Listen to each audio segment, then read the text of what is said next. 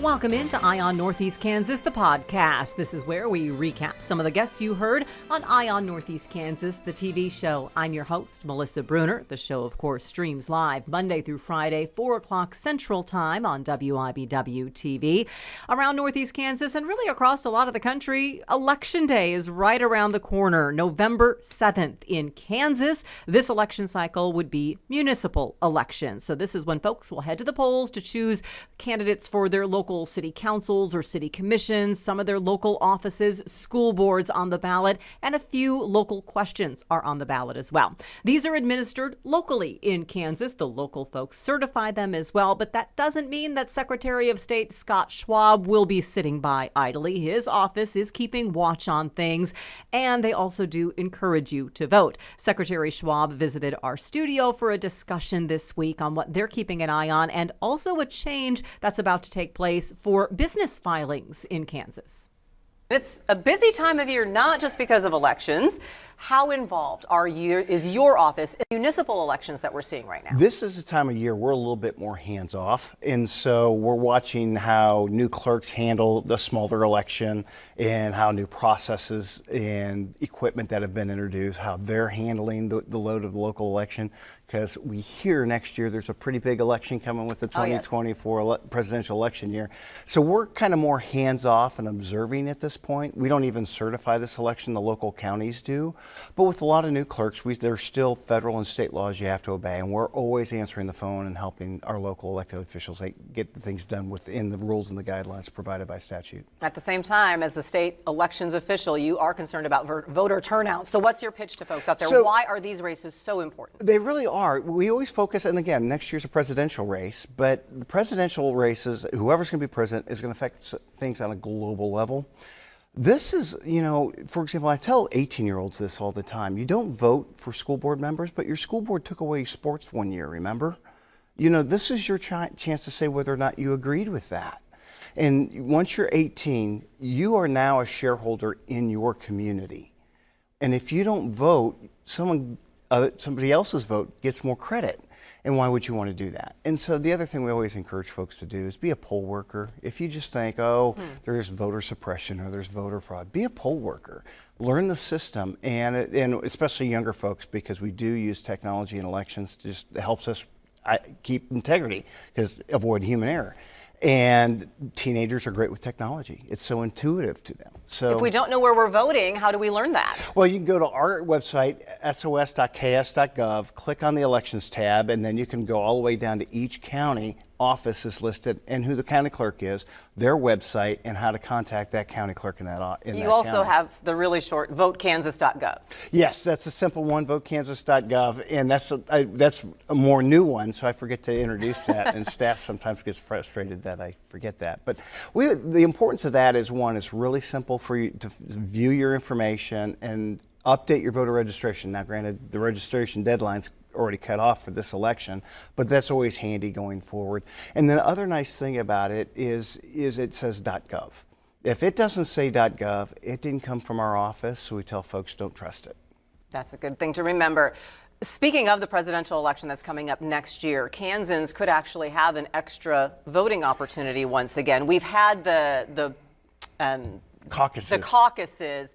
What could be happening in terms of bringing back an actual primary? Yeah, so the legislature, I always enjoy this. I had a really contentious primary and a contentious general election last year when I got reelected, and both criticized my ability to administrate elections. And then all of a sudden they became chairs of the respective parties.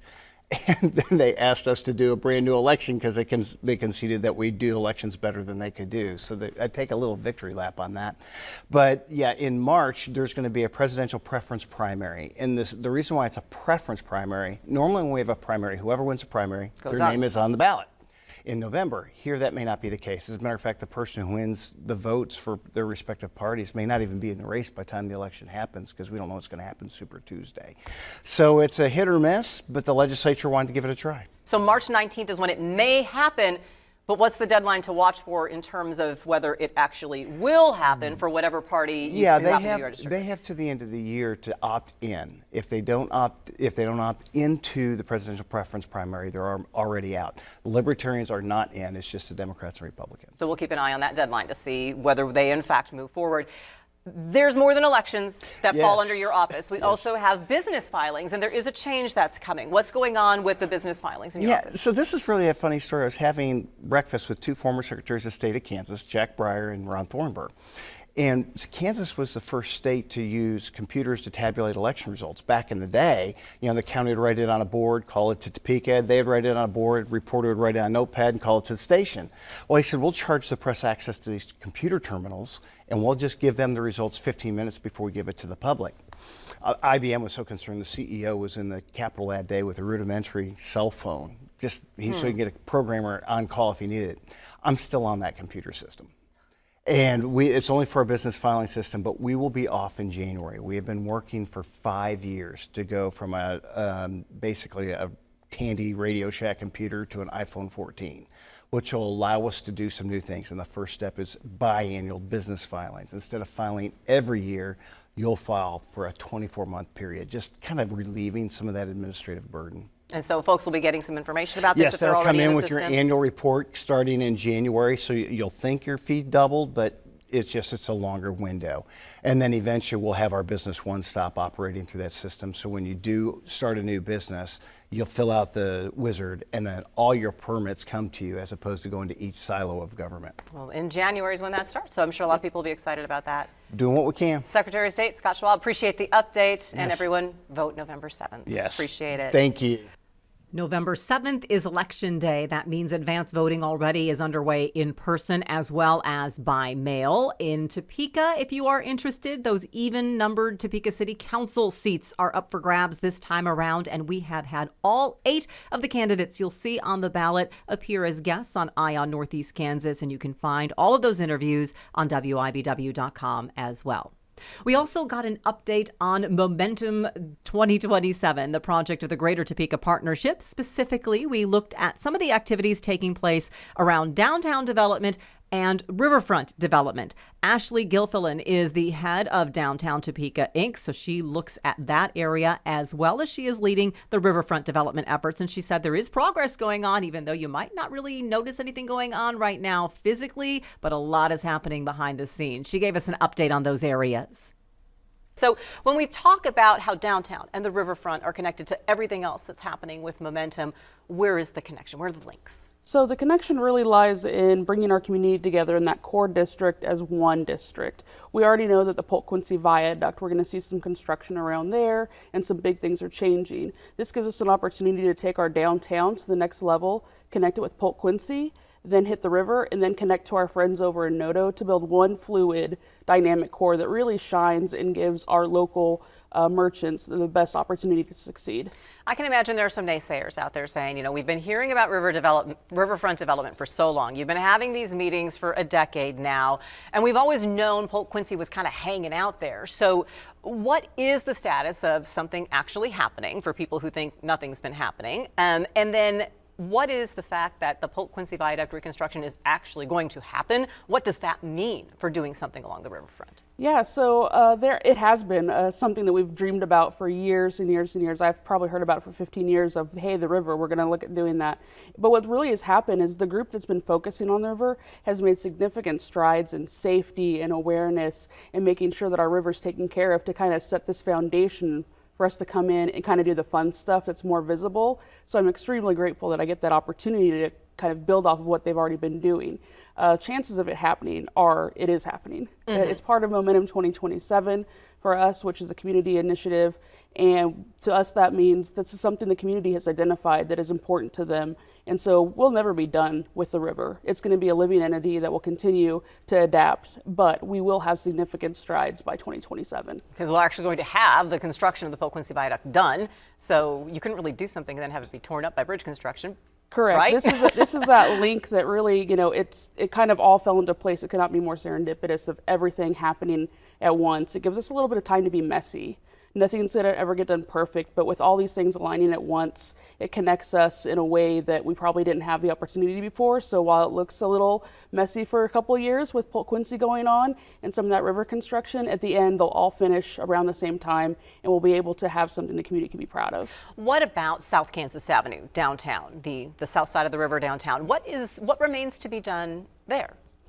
Oh, everything. I mean, we have grown leaps and bounds in the past few years that I think nobody could have ever projected how fast and quickly we would grow. But that's just not what we want to be. We want to be more than just South Kansas Avenue. We want to start expanding into those side streets. We have a Capitol District. We have a Water Tower District. We have more beyond, you know, the perimeters of 6th to 10th.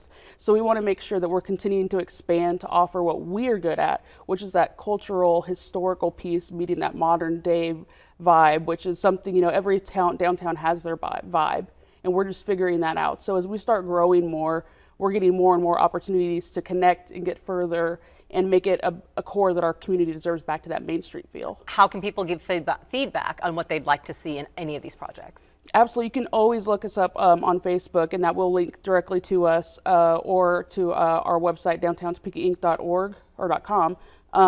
But the best part of this is when we start doing river engagements, it's our responsibility to come to you too. We don't want the public to think that they have to find out some way. We'll be doing it in person, online, through ambassadors. We want as many opinions as possible. So we're really going to try to push it out there between now and next July and give as many people an opportunity to speak up as possible. We will keep everybody posted, and we're excited for downtown to once again host the Miracle on Kansas Avenue Parade. Yes. We are excited and psyched for that. Yes, December 2nd through Giant Communications. We're excited. We have an events director this year that is going to blow it out of the water, not to put any pressure on him, but I've met him. He's super energetic. He's very so I'm excited about this, and so we're going to take it to the next level and do some things we haven't done in the past. Ooh, okay, that's a tease, and we'll be keeping everyone informed. Ashley, appreciate you being here. Absolutely, thank you. Again, head to the GTP website and check out their momentum efforts that are updated there consistently, and reach out if you have any questions or suggestions that you want to see happen. October is Breast Cancer Awareness Month. We continue talking about those very important health and medical issues. Dr. Shirley Butler is the new head of radiation oncology at University of Kansas Health System St. Francis campus in Topeka. She talked about the role radiation oncologists play in treating breast cancer and also things that all women need to know. Welcome. You've been in Topeka for a little while now, Dr. Butler? I have. Thank you so much for having me, Melissa. I'm glad you could be here because this is an important topic with being Breast Cancer Awareness Month. We heard from our state's insurance commissioner, Vicki Schmidt, who is a recent breast cancer survivor, yesterday on all of our newscasts. She went through radiation as part of her treatment. Yeah. What is your background in radiation oncology? Oh, yes. So my undergrad was actually in chemical engineering because I love the physics and everything behind how things work, and so that prompted when I went to medical school to seek out things that are more physics oriented, and so radiation really fit the bill because I could help patients and really get to know my patients, as well as use all of my physics background to really be able to create really useful and targeted plans. And so my residency was actually at University of Kansas, and so for me, coming back to KU and Topeka actually, because my entire family lives in Lawrence, is coming back home, so I truly love it. So being at St. Francis in Topeka, you are part of the University of Kansas Health System. The Cancer Institute, KU's Cancer Center in Kansas City, has the designation, the national designation. So what is the partnership in Topeka with KU, and how does that help the treatment options that are available for patients locally? Oh, it's fabulous. So as part of St. Francis, we're actually a collaboration between Ardent and the University of Kansas. And being part of University of Kansas is really nice because we have access to all of the treatment studies and clinical protocols that we have through KU, but also from radiation oncology standpoint, it's really nice because we have all of their specialty and specialists, and so every Thursday, actually, all of the radiation oncology centers that's part of KU, so of our satellite sites, including St. Francis, we actually present all of our treatment plans as a group so that all the site-specific leaders at KU can review all the plans and make sure that all of our plans are exactly the top-notch quality that KU is known for. All the brains come together and get the best options for patients. What is radiation, and what role does it play in terms of options that are available to women nowadays who are diagnosed with breast cancer? Because back in the day, it was you got a double mastectomy, chemo, that was it, that was all. Now what do we do? Yeah, absolutely. And having radiation available really opens up the possibilities, because over time we've realized that maybe women didn't need to have double mastectomies for every single breast cancer. So for early stage breast cancers, a lumpectomy plus radiation is just as effective as a mastectomy for early stage breast cancer patients. And so depending on the stage, the type, radiation, we typically give after surgery to decrease the chance of the cancer coming back, but it does give patients the option of choosing and different ways that fit with their ideals. Something very key, though, is in its early stages, that's when this option, the least invasive option, can be equally effective. So what do women need to know about early detection? How does that even happen? How do we get detected early? Yeah, absolutely. So even for advanced stage patients, actually, we actually prefer to do radiation after surgery as well, to decrease the chance of the cancer coming back. Even after mastectomy for advanced stages, we would still do that. Okay. But we do know that the earlier that cancer is detected, the more curable it is. So for example, for breast cancer, for patients who are we have low risk and very early stage 1, their chance of curing the cancer is very, very high as compared to patients where the cancer went to a lymph node, or if it went to other organs and metastasized, then that becomes non-curable. So definitely the earlier we catch it, the better. And the best way of having early detection is with mammograms. So for typically for women over 40, then really the best way is to get those annual mammograms. And for patients who are actually at higher risk, we recommend that for even sooner. So my biggest recommendation is for every person to talk with their primary care provider and see what their personal screening recommendations are, because that's going to be tailored to them. Why is every year so important? If someone's at home going, well, I went 5 years ago and it was fine, so I'm fine. No. You need it every year. Absolutely, every year, because those things can grow. So cancer can grow pretty fast, and we often have patients, and actually, especially with having COVID, a lot of patients did end up missing a year or two. And so we've had patients that have presented on later stages because they just haven't had the yearly mammograms. So I think now that we're really out of that COVID stage, it's very important to have those so that we're catching these breast cancers early, because even in a year or two, they can progress from stage 1 to stage 2, 3, and 4, and we don't want to get to that point. October is the perfect time to remember to make those appointments. Dr. Butler, thank you for catching us up and offering that important information for all women. Appreciate you being here. Really appreciate it. We do keep reminding you early detection is key, and if you are uninsured or unable to afford a mammogram in the Shawnee and surrounding county area, you can reach out to the Race Against Breast Cancer. That organization provides free and low-cost mammograms, rabctopeka.org. We end on a little bit of a fun note. You might not realize that November is National Novel Writing Month, and there is a whole group dedicated to this, and they say you can write a novel in 30 days. The Topeka and Shawnee County Public Library can assist in this effort. They have a group that gets together and offers some encouragement and support as you're going through this process. Lissa Staley visited the Red Couch to tell us how it works. Write a novel in 30 days. Definitely. Is this a true thing? Yeah, it's a true thing. I've actually done it 20 times. Okay. And the library has run programs on it. This will be our 20th year. Really? So you only write in November, though. Don't start yet. Don't start yet. Everybody calm down. Yes. Okay. Prepare, plan, get ready, prep, and then you write during the 30 days of November. Okay, so let's talk about this planning, prepping phase that we're in right now. Yes. What should we be thinking about before November starts in order to make this happen? Well, you might think about your story, your characters, your plot. You might think about what snack rewards will motivate you. Snacks are good. Yes. I like that. We have new buttons this year. Shouldn't you be writing to give to other people in your life so that they can be your accountability people and ask you?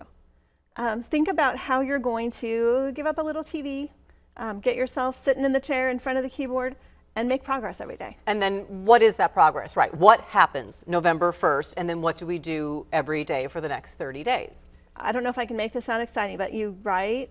You write. Well, I mean, that's the point. Every You're writing day, a and novel. you keep coming back to it. So a lot of the lot of the library program that's a week from tonight, and a lot of what we talk about in How to Write a Novel in 30 Days is how do you keep coming back to it when you're frustrated, when you're stuck, when your laptop dies, when other life happens. How do you keep coming back to that story for 30 days? But what I like about this approach is that 30 days actually sounds kind of manageable. Like you think, I'm going to write a novel, and you think it's going to take 5 years of my life and this is going to be horrible. But if you break it down to 30 days, how much writing a day are we doing?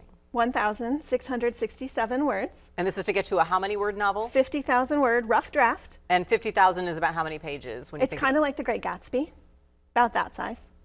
like that thick or this thick? No, like that. Yeah. Like this thick. It's a more of a novella length, to be honest. But it's if you can get a rough draft done, then you can edit it. You can expand on it. Not in November. It's more of a January thing. But about, what, 1,600 words a day, you said? 1,600 words a day. And yeah. how long do people typically need to sit down in order to write 1,600 words a day? An hour or two. An hour or two. Mm-hmm. What is the goal of that focused time? And maybe that's the point I'm trying to make. Is it developing a habit? Is thinking of it in terms of 30 days and in those shorter time frames? How does that help people get to a book length? I only write in November, but I write in November, and so I have 20 rough drafts because I do it every November. So the goal is that by December 1st, you're a novelist and you have a rough draft of a novel that you did not have on Halloween. What tips or advice do you have for people who are thinking that this is something that sounds interesting? Yeah, do it. Yeah. Try it. Try it this year. Get involved in the local group. There's a Facebook group. There's a NaNoWriMo.org, Topeka region with events. The more accountability you have, tell everybody you're doing it so they can check on you and help you get back to it when you stray towards Netflix. You are having a kickoff event next week. What will we learn in that kickoff event, and then what else will happen during the month of November to help people through this process? Yeah, at the kickoff event, we have many fun rituals. We lock up our inner editor. We talk about our snack rewards. We brainstorm ways that we'll keep going. We talk about what a plot ninja is. Okay. If you want to find out, and plot bunnies. Plot ninja and plot bunnies. I'm intrigued. Yes, you'll have to come or just join That's the what group. we call a tease. Yes, it's a tease for sure. And then during the month, there's events. There's write-ins at the library. There's events we call caffeinate and chats, where you come and talk through where you're stuck, get enthusiasm from other people, and a lot of accountability from other people to just keep going. There's a lot of, let me ask you your word count, right? Do I care what you're writing in November? I care that you're writing in November, and I want you to succeed at writing. And then what you said there about locking up your inner editor, how freeing is it to not be perfect? Because I think that's the point you're trying to make. It doesn't have to be perfect, just get the words out there. Yeah, it is quantity over quality in November, or you're never going to win. If you would like support and to know more about this effort, you can visit the National Novel Writing Month website, NaNoWriMo.org. That's NaNoWriMo.org, and you can find all the information. Why not? It's a month that you can kind of go ahead and meet that goal if you've ever thought about writing a book and kind of figure out how it's done and get a little support in the process. Remember, you can find the video from these guests and all the other guests that you see on Eye on Northeast Kansas on WIBW.com. I also post it to my Facebook page, WIBW Melissa Bruner, and we invite you to watch the live stream Monday through Friday, 4 o'clock Central Time on WIBW.com. You can also find it on our YouTube channel, and that is just search WIBW 13 News. You'll find it. Click subscribe while you're there. Glad you could be along with us. Until next time, we'll see you on the Red Couch.